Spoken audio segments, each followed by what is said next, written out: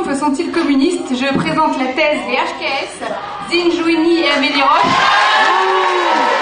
Et l'antithèse des MPSI 1, Éloi de Chérizet et Paul-Henri Géry.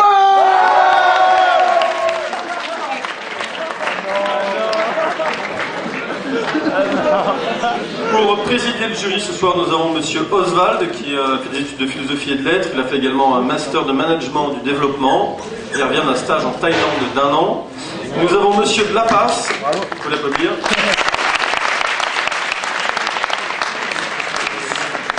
Monsieur Dlapas a fait un master de relations internationales à Columbia et puis ensuite il a fait, en parallèle, il a fait Sciences Po Bordeaux et il est actuellement stagiaire chez Total.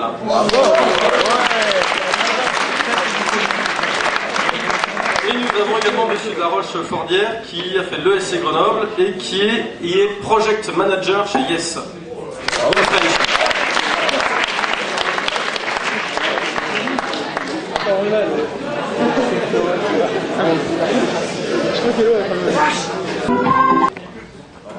Mesdemoiselles, mesdames, messieurs, chers membres du jury, cher public, bonsoir.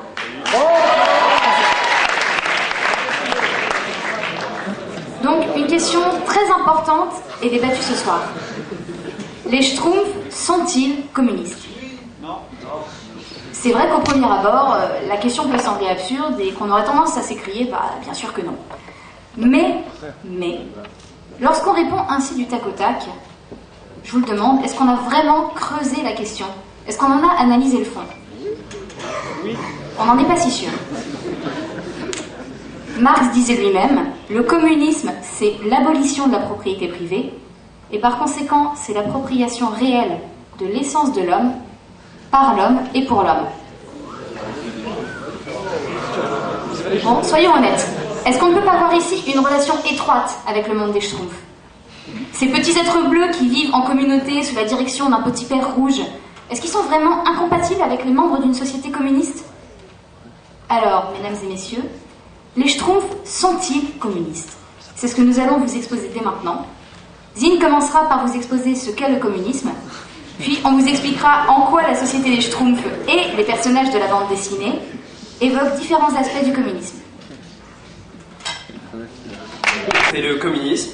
Une compréhension de base de ce qu'on entend par communisme est nécessaire. Les 3 éléments de base du communisme, sur lesquels on reviendra plus tard, sont tout d'abord l'égalité relative, le communalisme ensuite, et enfin la propriété communale. Le marxisme est un point culminant des philosophies de Karl Marx et Friedrich Engels, dans lequel toutes les formes précédentes du communisme sont combinées et reformées. Vladimir Ilyich Ulyanov, plus connu sous le nom de Lénine, est présenté pour mettre en application la philosophie marxiste dans les applications pratiques. De cette manière, il a modifié le marxisme en y ajoutant 2 aspects, organisation et conduite. Cette forme de marxisme est maintenant désignée sous le nom du léninisme, ce qui, en simplifié, donnerait ceci.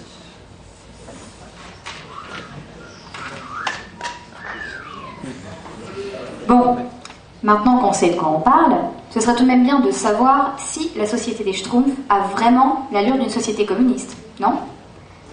Donc, pour commencer, le premier élément, c'est l'égalité relative. Chez les Schtroumpfs, la présence de l'égalité est incontestable. Si ce n'est une compétence importante, comme celle exécutée par le Schtroumpf bricoleur ou le Schtroumpf fermier, ou une tâche relativement inutile, comme celle du Schtroumpf paresseux ou du Schtroumpf maladroit, les Schtroumpfs sont tous logés à la même enseigne, dans des maisons champignons de taille égale, et considérés au même niveau social, comme vous le voyez là. La structure de supériorité et de classe est totalement absente du village des Schtroumpfs. Je pense que vous l'avez déjà remarqué. En fait, la manière dont ils s'adressent l'un à l'autre est également d'une égalité frappante. Chaque Schtroumpf a été nommé par un Schtroumpf, suivi d'une qualité ou d'un défaut, c'est-à-dire le Schtroumpf farceur, le Schtroumpf à lunettes, le Schtroumpf bricoleur, etc. Ça élimine des titres élitistes, et c'est un autre exemple d'égalité inhérente à leur langue même. Et en plus, tous les Schtroumpfs portent les mêmes uniformes, à savoir un chapeau et un pantalon blanc, comme nos adversaires le montrent ici ce soir. Le deuxième élément du communisme dans la société des Schtroumpfs, c'est le communalisme, c'est-à-dire que le bien-être de la société dans l'ensemble est plus important que n'importe lequel de ses membres. La coopération de tous est nécessaire pour accomplir un but commun. Dans les Schtroumpfs, le communalisme est évident. Tout d'abord, avec le nom de la bande dessinée des Schtroumpfs. Parce que la plupart des bandes dessinées portent le nom de leur personnage principal. Gaston Lagaffe, Largo Winch et j'en passe, vous avez certainement des exemples en tête. Les Schtroumpfs, eux, ne suivent pas du tout ce modèle. Leur titre inclut la société dans son ensemble, et il serait même absurde d'imaginer la BD baptisée du nom d'un Schtroumpf en particulier. La Schtroumpfette ou le Grand Schtroumpf, ça n'aurait pas beaucoup d'intérêt. Mais le thème du communalisme court encore plus profond chez les Schtroumpfs, puisqu'aucun des Schtroumpfs n'a de propriété privée ou de possession personnelle. Ils n'ont même pas un système monétaire. Et prenez l'exemple de la bande dessinée du Schtroumpf financier. Dans cette bande dessinée, l'un des Schtroumpfs essaie d'introduire de la monnaie dans la société des Schtroumpfs. Ça conduit à une débâcle totale, puis à une révolution, et enfin, on retourne à la société première sans monnaie. C'est donc un autre exemple. Toute propriété est collective. La troisième force caractéristique du communisme, c'est la propriété commune. Dans les Schtroumpfs, le barrage en est un exemple. C'est une seule pièce du capital qui est établie, possédée, actionnée et réparée en permanence, puisqu'il faut savoir que tous les Schtroumpfs, sans exception, travaillent pour préserver ce barrage. Tous les Schtroumpfs, sans exception. C'est l'une de leurs seules obligations. Les similitudes entre le communisme et les Schtroumpfs sont déjà remarquables, mais le raccordement général continue encore. Marx a écrit que l'état humain est un état de travail, de productivité, de créativité. Il ne veut pas dire le travail en tant que travail. Pour Marx, le travail c'est, je cite, n'importe quelle activité, manuelle ou intellectuelle. Ce sont toutes les expressions de travail humain et de personnalité humaine, qu'il s'agisse de fossés à creuser, de paysages à peindre, de musique à composer. En un mot, le travail est réalisation humaine. La vision de Marx est réalisée chez les Schtroumpfs en fait. Ils ne font pas 3000 travaux, mais ils cherchent plutôt la réalisation personnelle à travers le travail. Exemple, le Schtroumpf vaniteux et le Schtroumpf à lunettes. Ils ne sont pas des membres de ce que notre société de capitalistes pourrait considérer comme de la main-d'œuvre. Ils vivent afin d'essayer de réaliser un niveau de leur réalisation personnelle. Une autre croyance de Marx, c'est que la société a été arrachée à la nature et qu'elle a besoin de se rebrancher avec elle. Selon Marx, le communisme, c'est la communauté cherchant l'homme avec sa nature vraie et originale. Et si on fait le parallèle, le Schtroumpf vit au milieu d'une forêt, dans des maisons champignons, maisons qui incarnent l'esprit du communisme aux yeux de Marx lui-même. Non seulement elles sont entourées par la nature, mais les Schtroumpfs ont toujours vécu là et ils sont seuls. Et pour finir, évidemment, il y a l'utilisation excessive du mot Schtroumpf, avec tous ses dérivés, Schtroumpfé, Schtroumpfant, etc. Après cette analyse générale, on peut s'attarder sur les caractères particuliers des Schtroumpfs. En premier lieu, je pense qu'il est important de jeter un coup d'œil plus étroit chez le Grand Schtroumpf. Le caractère du Grand Schtroumpf est comme un parallèle direct à Lénine lui-même. Tous deux croient au marxisme, mais pour l'application pratique, comprennent que d'une certaine façon, une organisation est nécessaire. Dans chaque cas, ils ont intensifié la condition de conduite. Mais à un certain degré, le Grand Schtroumpf représente également Marx, parce qu'il reste fidèle par rapport à la croyance utopique de Marx, tandis que Lénine a vagué un peu davantage. Il est également remarquable que la barbe portée par le Grand Schtroumpf découvre une ressemblance frappante avec celle de Marx. Le Grand Schtroumpf se tient en dehors du reste du groupe, parce qu'il porte le chapeau rouge. C'est également un point commun, le rouge étant la couleur symbolique du socialisme. En anglais, le mot SMUF est un acronyme pour les Small Men and the Red Father. Autrement dit, les petits hommes sont sous le père rouge. D'ailleurs, toujours en anglais, le Grand Schtroumpf s'appelle Papa Smurf, qui n'est pas sans rappeler le petit père des peuples, soit Staline.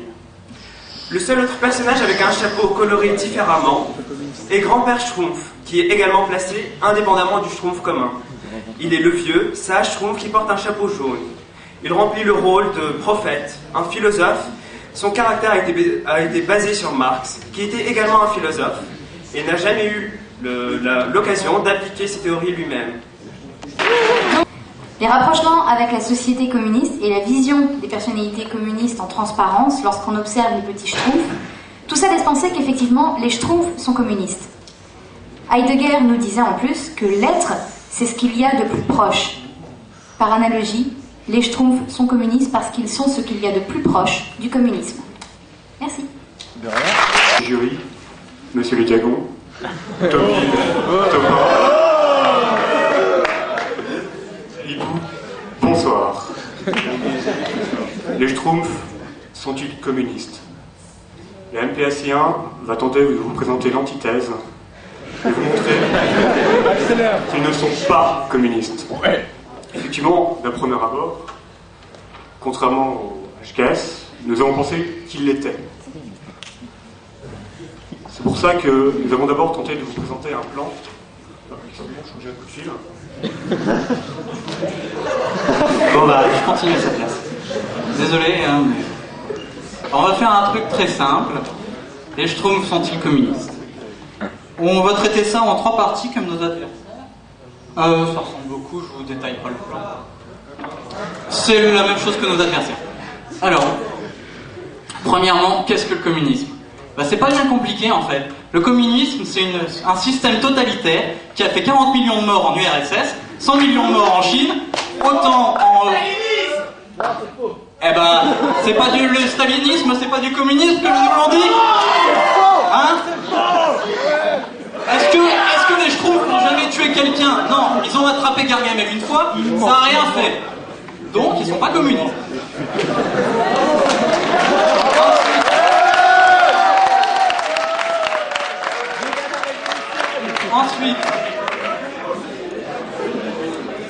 Ensuite, qu'est-ce que c'est le communisme?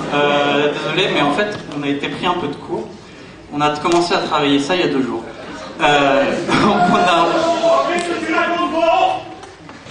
N'importe quoi, c'est le communisme. Je vais montrer ce que c'est un petit peu.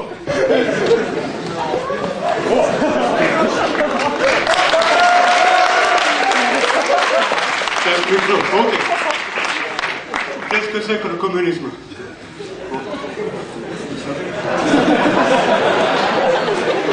Alors, le communisme, c'est né à partir de la théorie de Karl Marx.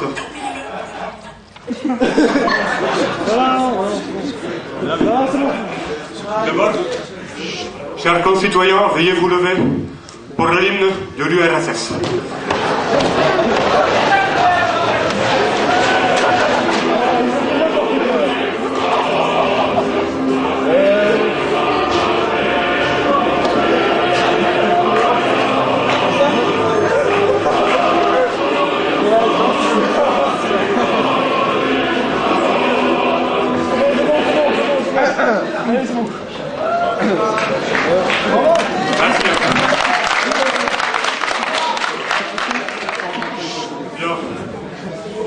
Qu'est-ce que le communisme? Le communisme, c'est une théorie développée par Karl Marx dans le courant du XIXe siècle pour faire face à tous les excès du capitalisme. Nous ne chercherons pas à faire un jugement de valeur sur le communisme, savoir si c'était bien ou pas bien. Nous chercherons d'abord à savoir ce que c'est vraiment le communisme, et ensuite à vous démontrer que les Schtroumpfs ne peuvent pas être communistes.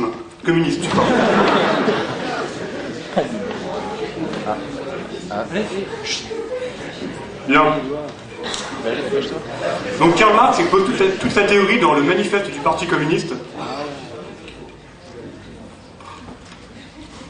que nous avons ici.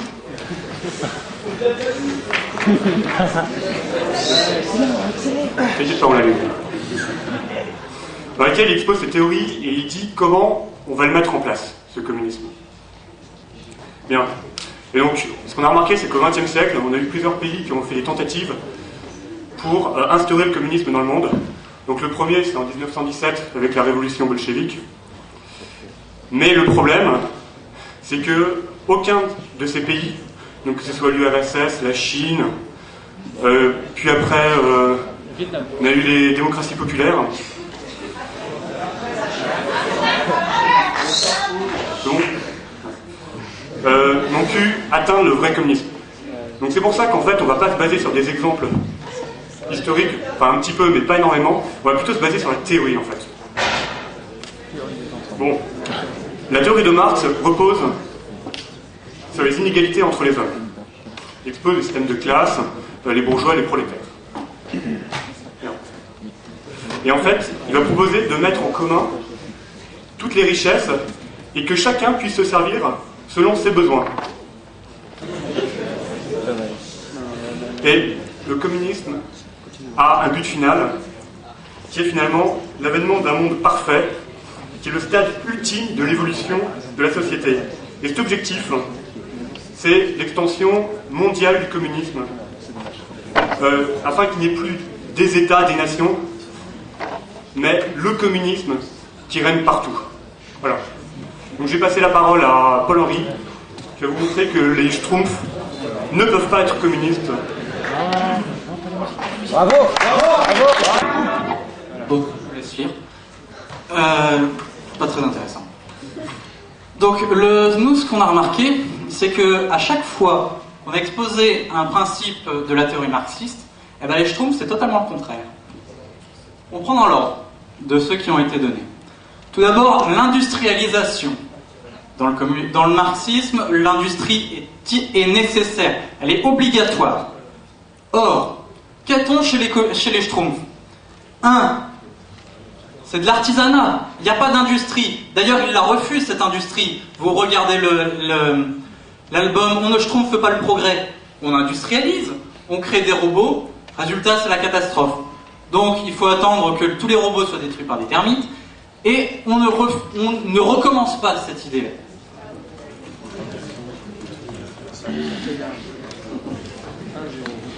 Donc, puisqu'ils ne possèdent pas l'industrie, ils ne possèdent pas la technique qui leur permet. Ils ne possèdent pas la technique qui permettrait une diminution de leur temps de travail. Vous avez qu'à voir aussi le temps que passe le schtroumpf bricoleur à travailler en comparaison à celui que passe le schtroumpf paresseux à travailler. Deuxième point que nos adversaires ont abordé à propos de la propriété. Ils nous ont dit que tous les schtroumpfs habitaient dans les mêmes maisons, qu'il n'y a pas de propriété privée. Or, c'est totalement faux. Ainsi, quand la schtroumpfette arrive au village schtroumpf, le grand schtroumpf exproprie une personne. Cette personne est totalement opposée à cela. Elle est contre, mais le grand schtroumpf lui oblige quand même. Ce qui montre bien, si on était dans une société communiste, ça n'appartient à personne.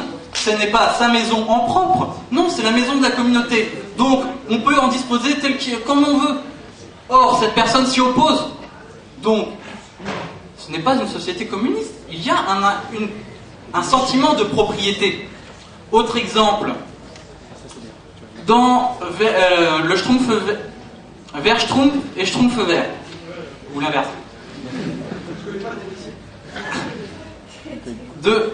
Un Schtroumpf va emprunter un tire-bouchon Schtroumpf au Schtroumpf bricoleur. Le simple fait d'emprunter et de demander la permission au Schtroumpf bricoleur de prendre l'objet, c'est déjà en soi reconnaître qu'il a une primauté sur l'objet, que c'est lui qui possède cet objet, et donc je vais le priver de cet objet, l'empêcher d'en disposer alors que cet objet lui appartient. Ainsi, on a une forme de propriété, et même une propriété privée totale, qui va à l'encontre de justement ce qu'on avait défini sur le communisme. Enfin, une société communiste sous-entend que chacun peut disposer de tous les biens, de toutes les réserves, selon son bon plaisir. Étant donné que tout est à profusion dans le communisme, tout est censé être à profusion, il n'y a pas de restriction à ce que l'on prend. Ce que l'on prend correspond simplement à ses besoins. Étant donné qu'il n'y a pas d'intérêt à stocker, vu qu'il n'est pas censé y avoir de troc ou d'échange, je n'ai pas intérêt à posséder plus. C'est même un gêne pour moi parce que je vais être obligé de le stocker alors qu'ils sont très bien dans les entrepôts. On a vu que le communisme est une science, selon Marx. Le communisme est une science. Qui dit science suppose la rationalité. La rationalité exclut donc toute forme de superstition. Vous allez sans doute pouvoir me renseigner, mais c'est quoi le métier du grand Schtroumpf? Ah, il est sorcier. Ah, zut alors. De la magie. C'est une forme de superstition. Non, non, il est magicien. D'ailleurs, Schtroumpf dans l'album La menace Schtroumpf, il fait apparaître par magie un village Schtroumpf. Par magie. Vous devriez savoir que l'alchimie est une forme de magie. Le Schtroumpf non éduqué ne fait pas partie de la société. Le Schtroumpf paysan, lui, il travaille manuellement. Le communisme, l'agriculture communiste est toujours mécanisée. Le Schtroumpf paresseux est un oisif qui n'a donc pas sa place dans la société Schtroumpf où tous doivent travailler. Le Schtroumpf gourmand est un profiteur lui aussi, puisqu'il profite des biens on le voit très rarement travailler. Il travaille, c'est vrai. Mais il profite des biens qui pourraient servir à d'autres. Le Schtroumpfissime, j'ai déjà parlé. Le Schtroumpf financier montre la cupidité des Schtroumpfs. Or, la cupidité est censée disparaître avec le communisme, puisque c'est un trait purement capitaliste. Schtroumpf à lunettes, c'est un moralisateur. La morale, c'est bourgeois. Je vous renvoie à Marx dans le manifeste du Parti communiste. La morale n'existe plus. Dans le communisme, il n'existe que la notion de bien commun. Le Schtroumpf grognon, lui, est un misanthrope, et ne reconnaît pas justement cette idée de bien commun, puisqu'il est toujours en opposition avec celui-ci. Moi, je n'aime pas ça. Moi, j'aime pas ci. Enfin, la Schtroumpfette. Quelle est la place de la Schtroumpfette dans la société des Schtroumpfs? La Schtroumpfette. Je garde le meilleur pour la fin quand même. Alors, bon, notamment moi je suis en MP SI1 et donc j'ai participé quand même à toutes les recherches et c'est vrai que un jour en faisant mes recherches j'ai tapé naïvement sur Google les Schtroumpfs sont-ils communistes. Et en fait les 5 premiers liens effectivement ce sont des sites qui font l'apologie de cette thèse en fait.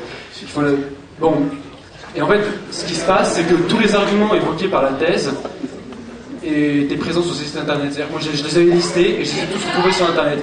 Et donc, ce que je vais vous demander d'abord, j'aimerais savoir quelles sont toutes vos sources. Parce qu'avec une image que vous avez présentée dans le diaporama, c'est une image qui a été tirée d'internet que j'ai moi-même vue sur un site. Et la deuxième chose, c'est que je trouve que l'antithèse n'a pas assez insisté sur la nécessité de l'industrialisation pour une société communiste.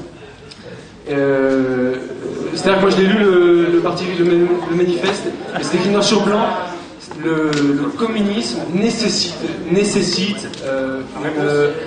industrialisation. Voilà. Et donc j'aimerais savoir pourquoi cette approche n'a pas été évoquée par l'antithèse. Alors, pour répondre aux questions dans l'ordre, tu voulais savoir nos sources. Quand on prépare une joute, il faut un minimum d'organisation, donc il faut travailler ça très à l'avance. Et donc, premier point.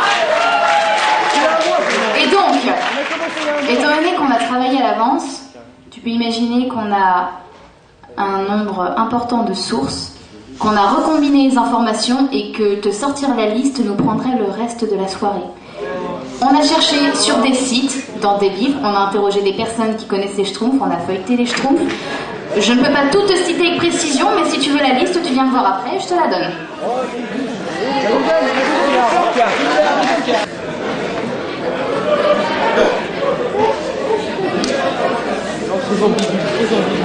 Je rappelle tout d'abord que dans un pays occidental, comme vous dites, l'une des valeurs est la liberté d'expression.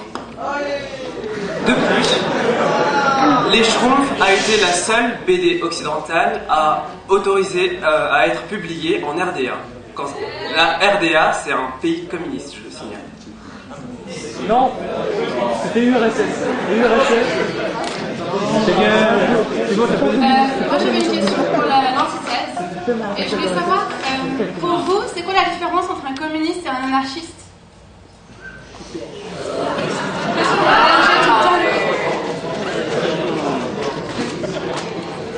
Tu vois, le communisme, il y a quand même une base, c'est-à-dire il y a une organisation.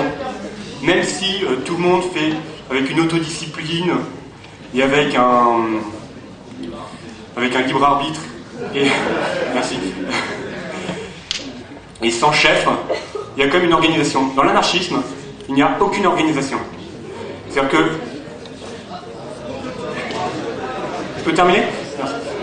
Dans l'anarchisme, si tu veux, il n'y a pas de règles et chacun se débrouille de faire des accords personnels avec l'autre. Tu vois ? La différence du communisme, c'est que toutes les règles sont déjà posées. C'est comme ça que ça marche. Alors comment tu expliques les autorités staliniennes ou même en Chine et dans les pays communistes, enfin, les gens ont quand même été envoyés au goulag et dans des camps de concentration, et ça veut dire qu'il y avait bien une autorité qui contraignait les gens? Si tu veux, enfin tu vois, j'en ai parlé au début. J'avais dit que ça, c'était pas l'aboutissement du communisme. Si tu veux, dans le manifeste du Parti communiste, il y a Karl Marx qui pose cette théorie, disant on doit d'abord passer par une révolution, puis par la dictature du prolétariat, puis enfin arriver à un État parfaitement communiste. Et en fait, tu remarques que donc, tout ce qui est stalinisme, léninisme et tout ça, ils sont arrêtés au niveau de la dictature du prolétariat. Donc c'est pas le communisme vrai. Chez les Schtroumpfs, dans le deuxième livre du Capital, Marx précisait que la société communiste était tellement parfaite qu'elle n'avait pas besoin de lois écrites, que la morale, tu l'as lu ? La morale était tellement inculquée et intériorisée par les membres de la société communiste qu'elle n'avait pas besoin de règles, que les règles n'étaient que tacites. Est-ce que c'est pas un parallèle évident avec le monde Schtroumpf qui n'est pas régi par une constitution écrite ?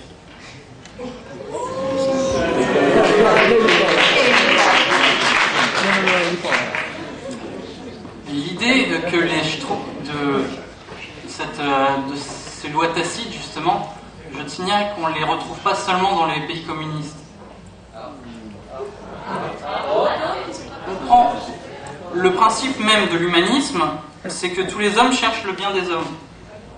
Le communisme peut être d'accord, je suis d'accord, le communisme peut être vu comme une dérive de l'humanisme. Donc c'est normal que tu retrouves des formes, des éléments de l'humanisme dans le communisme. Je ne suis pas sûr que le fait de trouver quelques rapports particuliers, entre autres les lois tacites, dans la société Schtroumpf, en face d'elle-même une société communiste. De plus, tu me dis des lois tacites, cependant, tu as toujours une personne qui s'appelle le Schtroumpf à lunettes pour te marteler sans arrêt une certaine morale. Je vous signale que je suis grand chip. Je crois que je suis pas sûr qu'on ait l'image. Non, désolé, c'est pas la bonne. Il a toujours un bouquin à la main, sauf sur cette image. Donc elles sont bien écrites quelque part, ces morales. J'essaie de poser de la thèse, mais je pense que le sujet pourrait être repris par la thèse et l'antithèse, hein, ça pourrait alimenter les arguments. Tu parlais à un moment donné que les Schtroumpfs revenaient à une société première, c'était un peu le retour à un état originel. Et je me demande si au contraire dans le marxisme, on ne parle pas vraiment de société première, mais il faut parvenir à l'état d'égalité par un mouvement dans l'histoire.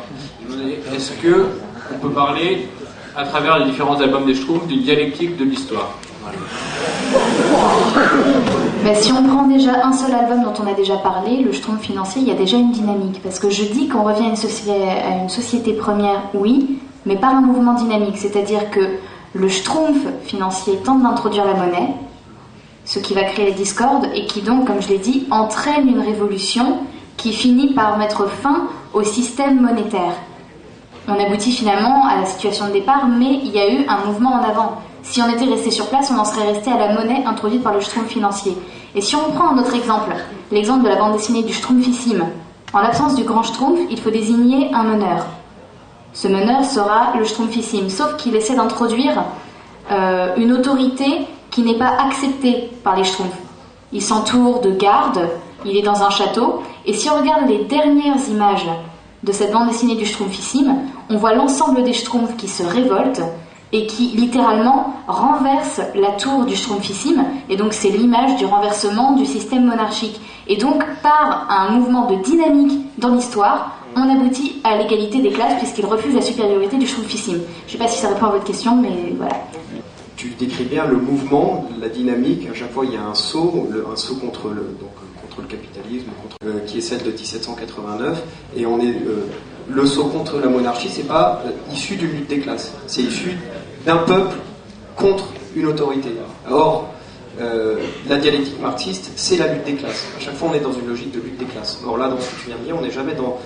La classe est toujours représentée par un seul. Donc, pas évident. Moi, ma question, elle est plus... elle concerne plus le Schtroumpf noir. Le Schtroumpf noir. Alors, qu'est-ce que... Les Schtroumpfs face au Schtroumpf noir, c'est qui? C'est Jean-Marie Le Pen? Ils sont racistes, ils en veulent pas. Donc plutôt la société bourgeoise.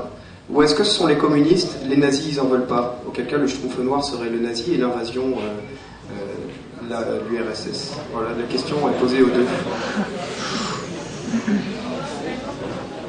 C'est vrai qu'on pourrait y voir, par exemple, une image de racisme ou une image d'exclusion. Mais ce qu'il faudrait surtout y voir, c'est que le Schtroumpf noir le devient parce qu'il est piqué par une certaine mouche, donc quelque part, il peut être, si on veut, contaminé. Et les Schtroumpfs, à l'image des communistes, refusent d'introduire dans leur société quelqu'un qui puisse être perverti par autre chose et qui donc risquerait de se détacher de leur société. Les communistes refusent quelqu'un qui puisse être converti au capitalisme et donc faire défaut à leur communisme. C'est ça qu'ils refusent et c'est ça qui illustre les Schtroumpfs noirs, entre autres. D'ailleurs, on peut interpréter la mouche comme étant une propagande extérieure qui justement vient pour mettre, pour remettre en question la société Schtroumpf, vu que justement elle est propagée. Sauf que finalement le grand Schtroumpf réussit à, par son charisme extraordinaire, à remettre les choses dans l'ordre et à justement évacuer cette idéologie, peut-être, cette idéologie par la Chine. Si on revient à la définition de communisme, étant donné que c'est l'état final de la lutte des classes, donc l'état final de l'histoire, on est censé aussi avoir un communisme qui existe dans tous les pays, et non pas seulement dans un seul endroit. Donc c'est bien un communisme mondial, où toute idée même d'attaque extérieure aurait déjà été supprimée. Donc la mouche, ou le Schtroumpf noir, suivant ce que l'on veut prendre, agit bien comme un agresseur extérieur, qui ne peut pas exister dans une société communiste. Donc je pense qu'on est obligé de se référer plutôt à votre première hypothèse, où c'est un élément extérieur qui vient troubler, qu'on rejette, et qui par là devient méchant. Et qui essaie de contaminer une société, mais qui n'a pas forcément quelque chose à voir avec le communisme. Le communisme, vous relirez le manifeste, c'est l'état final de l'histoire, justement. Et comme je le dis tout à l'heure, justement, à ce point-là de l'histoire, il n'y a plus de propagande extérieure qui vient ralentir la progression du communisme, puisqu'on a déjà terminé l'histoire. On est déjà à l'état final. Donc, des ennemis, ça n'existe plus. Or, vous en avez chez les Schtroumpfs. Gargamel, vous nous l'avez montré, est un ennemi. On peut, si vous voulez, vous pouvez l'assimiler au capitalisme, mais ça ne change rien, puisque de toute façon, ils ne sont pas communistes. Petite remarque, est-ce qu'il n'y aurait pas...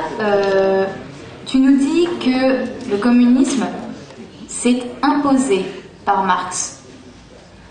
Or, dans votre diaporama, si je me souviens bien, tu parles pour le communisme d'absence d'autorité.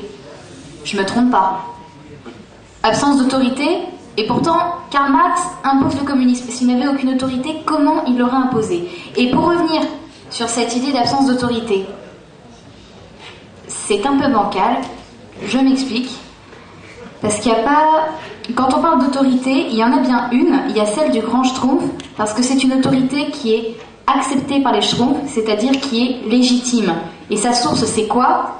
C'est justement une autorité légitime de dimension charismatique chez le grand Schtroumpf. C'est pour ça qu'elle est acceptée. À l'inverse du Schtroumpfissime, qui justement avait une autorité qui, elle, n'était pas légitime parce que refusée par les Schtroumpfs. Donc il y a bien quand même une idée d'autorité, dans une certaine mesure. Juste un truc, quand je parlais d'autorité, l'autorité, quand Marx impose le communisme, c'est justement par la dictature d'abord du prolétariat. Ensuite, quand on parle du grand Schtroumpf, l'autorité du grand Schtroumpf, elle vient pas de son charisme. Si tu relis bien les albums, elle vient du fait qu'il possède la magie. Est-ce que l'alchimie, tu remarques que c'est le bébé Schtroumpf qui va être le prochain grand Schtroumpf, puisqu'il est capable justement de faire cette alchimie.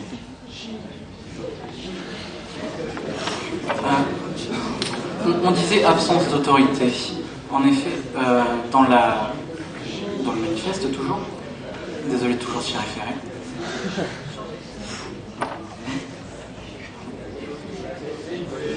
dans le manifeste, le communisme se définit comme l'égalité de tout homme, donc une égalité autant en sagesse qu'en charisme, qu'en capacité.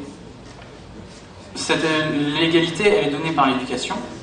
Or, vous avez bien donc cette égalité entre tous nous sous-entend qu'il n'y a pas de possibilité d'une personne qui soit plus sage, plus compétente ou qui ait plus de charisme qu'une autre. Ils sont tous au même rang. Ça, c'est absent chez les Schtroumpfs. Pardon, excusez-moi, il y a le Parti des travailleurs. C'est vrai. Mais tous les Schtroumpfs y adhèrent. Tous les hommes doivent y adhérer dans le communisme. Une personne qui n'appartient pas au Parti des travailleurs est exclue de la société, doit être éliminée. Il est bleu, il est Schtroumpf, il n'est pas communiste. Allez, merci. On va tout faire le débat, si on peut dire. Merci pour leurs brillants exposés. Ils nous ont montré que c'était pas des bleus. J'espère que pendant la conclusion, répondra à la question suivante. Est-ce que Peyo, lui, était communiste? On n'a pas eu tellement d'éléments. Allez, on vous laisse préparer des conclusions pendant que le jury prédélibère. Et on va procéder au vote traditionnel dit du public. Ça marche? Alors, puisque ça nous a été gentiment demandé, on va vous donner l'avis de Peyo. Donné par son fils.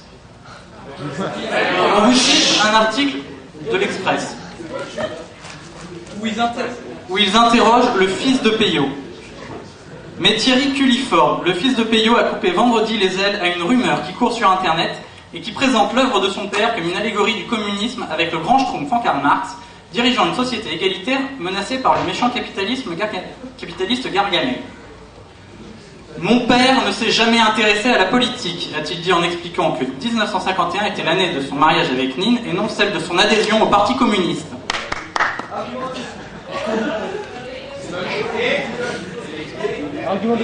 Je pense que le fils de Peyo est sans doute mieux placé que n'importe qui pour savoir ce que pensait son père.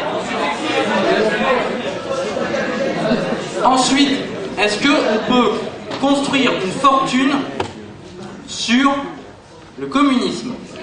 Est-ce que on va vouloir, s'il était vraiment communiste, donc s'il a fait son allégorie du communisme, est-ce qu'il aurait vraiment construit sa fortune dessus? Est-ce qu'il n'en aurait pas plutôt partagé avec les autres? Enfin, on voudrait vous donner un autre exemple pourquoi les Schtroumpfs ne sont pas communistes. Bon, pourquoi les Schtroumpfs ne sont pas communistes? Tout simplement, c'est un produit du capitalisme.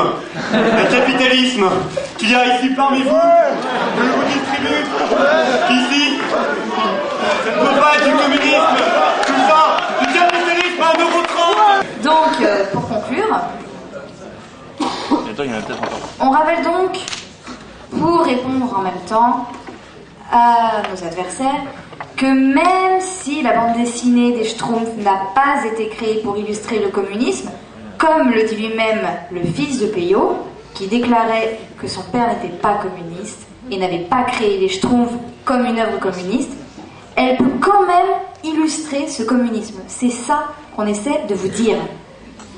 Sans pour autant avoir été créés dans ce but, les Schtroumpfs se rapprochent du communisme. Ils l'illustrent.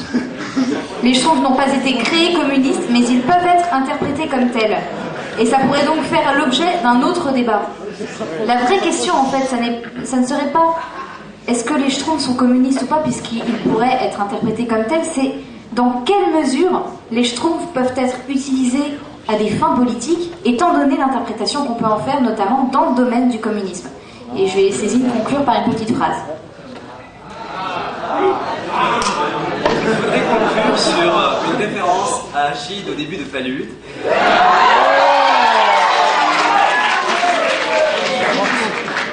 Qui dit justement que l'artiste, quand il crée son œuvre, n'est pas conscient de tout ce qu'il crée et qu'il y a plusieurs lectures, dont certaines dont il n'est pas conscient. Donc Peyo a peut-être créé les Schtroumpfs en pensant à une petite, des dessins animés qui seraient là pour les enfants, mais derrière, inconsciemment, il a créé des dessins animés qui peuvent être interprétés comme communistes, et les Schtroumpfs sont communistes.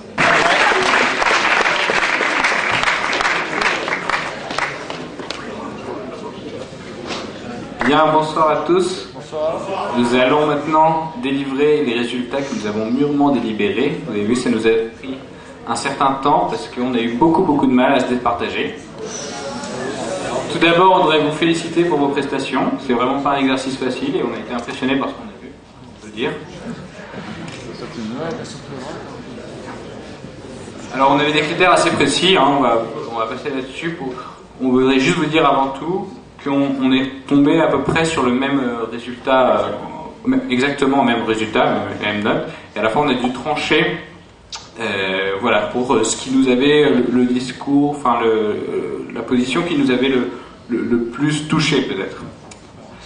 Donc, les vainqueurs sont, vous pouvez les encourager.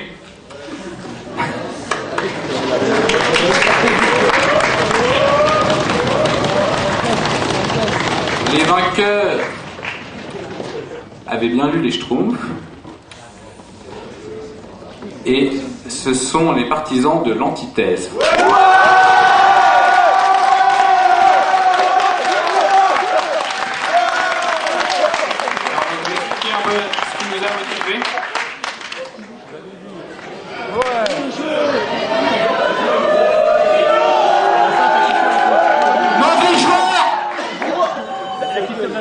Alors, qu'est-ce qui a motivé notre choix un peu Je crois que on pourrait résumer ça comme ça. Les vainqueurs ont tout simplement mieux personnalisé leur intervention. Elle était plus bancale, par certains aspects plus maladroite. De temps en temps très maladroite parce que c'était un sketch, on se croyait aux inconnus et on se croyait pas à une joute oratoire. Et ça c'est, attention, l'humour oui, mais il faut qu'il soit bien maîtrisé. L'humour ça se travaille. Voilà. Il faut 1 heure pour faire un sketch de 7 minutes et 7 minutes pour faire un sketch d'1 heure. Donc ça il faut faire attention à pas se laisser aller. Mais vous avez personnalisé votre exercice. Donc c'est ce qui a été privilégié. Il faut rappeler qu'on est ici dans un exercice de rhétorique. Exercice de rhétorique, ça veut dire quoi? Ça veut avant tout dire convaincre. Convaincre, on n'est pas forcément dans le rationnel. On va dire plus, c'est pas simplement dire, mais c'est faire comprendre, expliquer, gagner l'adhésion. Et par rapport à ça, vous avez été beaucoup plus en interaction avec le public, vous les avez beaucoup plus fait réagir, même maladroitement, ils étaient bien plus dans le débat.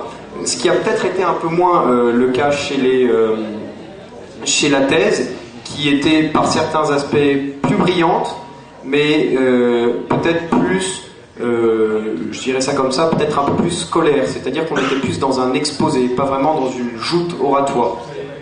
Voilà. Pour la thèse, il y avait quand même des trucs superbes, je laisse dire à Alban. On a beaucoup apprécié la qualité des arguments qu'on a pu voir et la qualité de l'information qui a pu être exprimée. Et je dirais, à la fin, la manière dont vous vous êtes confrontés sur la thèse et l'antithèse, la manière de vous répondre. Je pense que sur ce point-là précis, notre cœur est plus tranché vers vous, mais je pense que Pierre l'a bien résumé sur la fin. Ce qui a fait que finalement notre cœur a emporté pour ces vainqueurs, c'est que finalement eux-mêmes ont parlé avec leur cœur. Ils n'ont pas cherché avant tout à exposer des arguments, ils ont cherché avant tout à nous transmettre quelque chose. Et c'est pour ça qu'on leur a décerné la palme. Voilà.